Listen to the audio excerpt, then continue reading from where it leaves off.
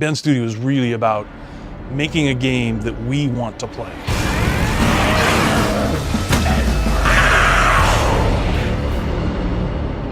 Ben Studio, from a development perspective, to me means a studio that's kind of punching outside its weight class. It's really kind of biting off a lot and chewing it and doing things that people didn't think were possible, and we just kind of said, we're going to make this really big game called Days Gone. When we were tossing around ideas for a new IP, because we were given the chance to say, hey, Ben Studio, you can make something brand new, something, you're just going to create this thing and create a world and create characters and create the gameplay experience. What we've always done is single-player narrative-driven games.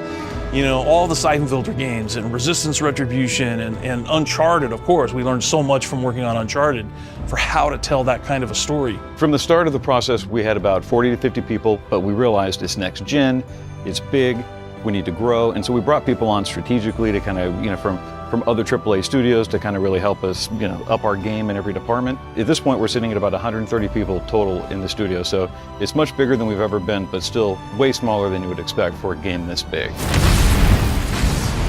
There is a lot of passion in the studio for the things that make up the game. We have a lot of guys at the studio that have Harleys and other types of bikes, and they all ride. We got a lot of people who, longtime bikers and, new bikers, older guys like myself who kind of come into the fold and really wish we'd done it sooner. But it's a strong culture. We go on rides, and it really kind of helps us relate to the experiences. I think that's where the mojo in the studio comes in, is we have guys who are immensely talented at what they do. Like, one engineer spearheaded the entire horde, as an example, figured out a way to get 500 creatures on the screen at the same time. I mean, that's an amazing achievement, and that's just one example where we have peak individuals working at the top of their game, and that's the only reason Days Gone exists. Building an open world horde game with a motorcycle, new IP, all these things at once, and a new engine, a new team.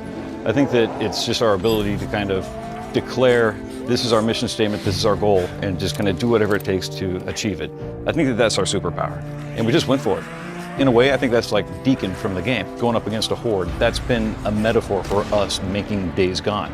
And I think that's only possible at Ben Studio.